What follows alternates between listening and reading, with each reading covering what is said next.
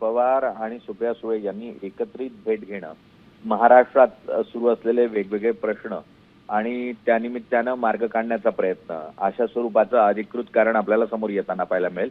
मात्र दिल्लीमध्ये जे वातावरण तयार झालेलं आहे, विरोधी पक्षानं जी भूमिका घेतली आणि काँग्रेसनं जी आक्रमक भूमिका घेतली आहे, यातून कोंडी सोडवण्याचा प्रयत्न निश्चितपणे शरद पवारांच्या माध्यमातून मोदी सरकार करताना आपल्याला पाहायला मिळू शकतं.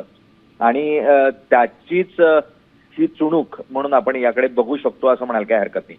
मुळात जर विरोधी पक्षाबरोबरही उत्तम संपर्क असलेले आणि सत्ताधाऱ्यांबरोबरही उत्तम संबंध असलेला नेता जर कोणी सध्याच्या राजकीय वर्तुळात आहे तर ते शरद पवार आहेत, ज्यांना दोघीकडे आदराचं स्थान आहे. आणि अशा परिस्थितीमध्ये शरद पवारांनी मध्यस्थतेची भूमिका घ्यावी असा प्रयत्न हा निश्चितपणे नरेंद्र मोदी यांच्या माध्यमातून आणि त्याचबरोबर भाजपच्या माध्यमातून होताना पाहायला मिळू शकतो.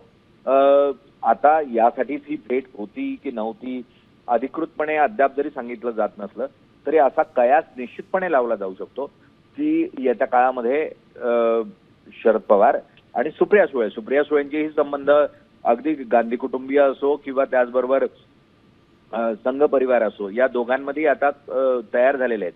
आणि अशा परिस्थितीमध्ये सुप्रिया सुळेंच्या माध्यमातून किंवा शरद पवारांच्या माध्यमातून ही मध्यस्थता घडवून आणण्याचा करण्याचा प्रयत्न हा आपल्याला होताना पाहायला मिळू शकतो. अधिकृतपणे कोणतंही या ठिकाणी कारण समोर येताना पाहायला मिळत नाही. मात्र जर विश्लेषणात्मक किंवा कयास लावण्याचा प्रयत्न केला तर निश्चितपणे या कयासापर्यंत आपण पोहोचू शकतो. सर, आपण बघतोय की गेल्या अनेक दिवसांपासून हे आंदोलन सुरू झाले आहे, मात्र सरकारची ठाम भूमिका होती आंदोलकांशी चर्चा न करण्याची. मात्र आता वेगवेगळ्या पातळीवरती ही चर्चा घडताना दिसते. सरकार काहीच नरमलंय असं म्हणता येईल?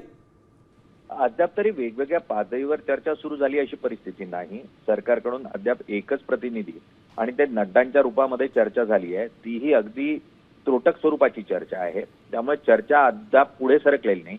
आणि अभिजित दिपके यांनी काल ज्या स्वरूपाचं मत व्यक्त केलं होतं की आता सरकारनं जंतर मंतरला यावं, मगच चर्चा होईल, आम्ही चर्चेसाठी तिकडे येणार नाही. कारण या अगोदर चर्चेसाठी गेल्यानंतर 2 ते 3 तास थांबवण्यात आलं आणि 10 मिनिटं चर्चा झाली असा आरोप हा मुख्यतः सीजेपी पार्टीकडून केला जातोय. आणि त्या परिस्थितीमध्ये सरकार निश्चितपणे चाचपणी करेल.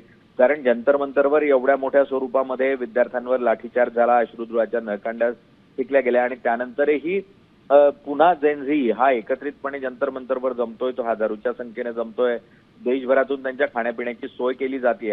अशा स्वरूपाचं चित्र तयार होत असताना हे दीर्घकालीन आणि परिणामकारक असं आंदोलन येत्या काळामध्ये उभं राहताना आपल्याला पाहायला मिळू शकतं. हे आता सरकारला जाणवू लागलंय आणि त्यामुळे निश्चितच उशिरा का होईना सरकारला काही प्रमाणावर शहाणपण आल्याचं चित्र पाहायला मिळतंय आणि चर्चेची कवाड खुली करण्याचा प्रयत्न जो आहे तो सरकारकडून सध्या सुरू असल्याचं पाहायला मिळत आहे.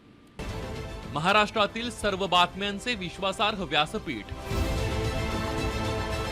सकाळच्या सर्व सोशल मीडिया प्लॅटफॉर्मला लाईक, फॉलो आणि सबस्क्राईब करा. तसंच सर्व नोटिफिकेशनसाठी बेल आयकॉन प्रेस करायला विसरू नका.